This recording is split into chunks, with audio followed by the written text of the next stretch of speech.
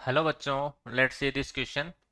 The following can be used to regulate the concentration of OH minus ions for the scheme of basic radical analysis of third group. Okay, option A is ammonium nitrate, B is ammonium chloride, C is ammonium sulfate and D is ammonium carbonate. हमें ये बताना है कि इन चारों में से कौन सा ऐसा रिएजेंट है जो कि OH माइनस आयन की कंसंट्रेशन को रेगुलेट करेगा, यानी सफिशियंट बना के रखेगा, ताकि वो आगे के चौथे यानी थर्ड ग्रुप है तो चौथे ग्रुप और पांचवें ग्रुप या छठे ग्रुप के किसी कैटायन को किसी कैटायन का प्रेसिपिटेट ना बना पाए। ठीक है, तो देखो हमारे पास तो थर्ड ग्रुप का जो कैटायन होते हैं बच्चों, उनमें हम रिएजेंट यूज करते हैं अमोनियम हाइड्रोक्साइड प्लस, ये हमें पता है NH4Cl। ये दो तो हमें पता ही होते हैं, अमोनियम हाइड्रोक्साइड और अमोनियम क्लोराइड। ठीक है, अब ये क्यों यूज करते हैं उसका रीजन देखो। तो यानी हमारा बी जो है वो डायरेक्ट दिख गया, बी हमारा करेक्ट ऑप्शन होगा, OH माइनस आयन। अब देखो किस तरीके से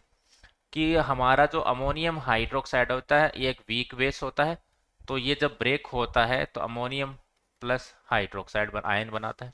ठीक है, अब इसके साथ हमारे पास अगर मान लो हमने ओनली अमोनियम हाइड्रोक्साइड डाला होगा तो OH माइनस आयन की कंसंट्रेशन काफी ज्यादा होगी, जिसके कारण क्या होगा कि जो थर्ड ग्रुप के बाद फोर्थ ग्रुप फिफ्थ ग्रुप के जो कैटाइंस है उनके हाइड्रोक्साइड बनने स्टार्ट हो जाएंगे और उनकी पीपीटी बन जाएगी, जो कि हमें नहीं बनानी होती। हमें थर्ड ग्रुप में only three group third group के कैटायन की पीपीटी ही ओनली चाहिए होती है, तो हमें उन सब की बाकी जो है हमारे आगे के उनसे हमें पीपीटी नहीं बनवानी। तो इसके लिए हम क्या करते हैं कि जो OH माइनस आयन की कंसंट्रेशन है उनको इतना ही सफिशियंट रखते हैं ताकि वो थर्ड ग्रुप के कैटायन का प्रेसिपिटेट ही फॉर्म कर सके, थर्ड के बाद चौथे या पांचवें का पीपीटी ना बना पाए। तो इसके लिए देखो क्या होगा हमारे पास, हम इसमें ऐड करते हैं अमोनियम क्लोराइड। अमोनियम क्लोराइड एक सॉल्ट है, जब ये ब्रेक होगा तो अमोनियम और Cl माइनस आयन बनाएगा। ठीक है, क्लोराइड आयन बनाएगा।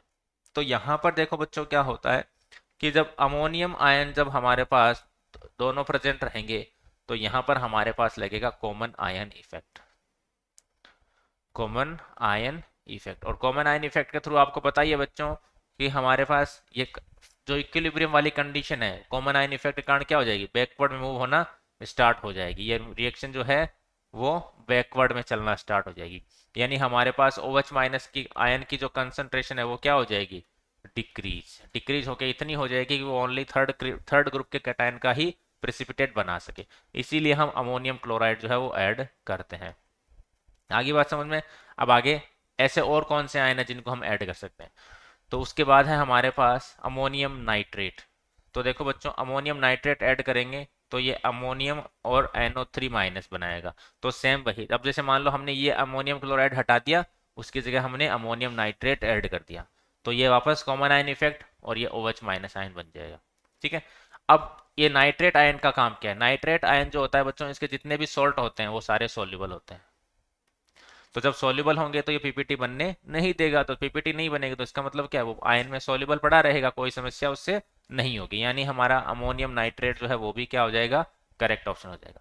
अब बात आती है हमारे पास SO4-2 और हमारे पास CO3-2, यानी C और D ऑप्शन में।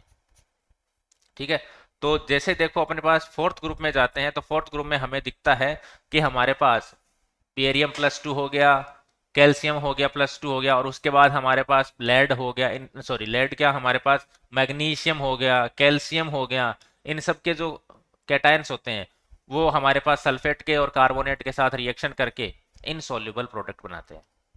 ये इनमें क्या होते हैं, इनसॉल्युबल होते हैं। इनसॉल्युबल होंगे तो वो क्या करेंगे भाई, चौथे ग्रुप और पांचवें ग्रुप के क्या कर लेंगे, कैटायंस का प्रिसिपिटेट फॉर्मेशन हो जाएगा। तो जो वो पीपीटी है वो क्या आ जाएगी, थर्ड ग्रुप में ही शो होने लग जाएगी, तो वो वैसा हमें नहीं होने देना। इसीलिए हम क्या कर सकते हैं, सल्फेट वाले अमोनियम सॉल्यूशन का नहीं देख सकते, ना ही कार्बोनेट वाले को ले सकते हैं। ओनली लेंगे तो किसको, अमोनियम नाइट्रेट, अमोनियम क्लोराइड, या फिर ऐसा कोई अमोनियम का सॉल्ट जो कि जिसका जो एनायनिक पार्ट है वो क्या हो, उसका कोई भी सॉल्ट हमने लिया है वो क्या हो, सोल्यूबल हो। ठीक है, जैसे एसिटेट। ठीक है, इस तरीके से ले सकते हो आप। तो हमारे पास option A and B are the correct option. I hope you understand the complete solution. Thank you very much and best of luck.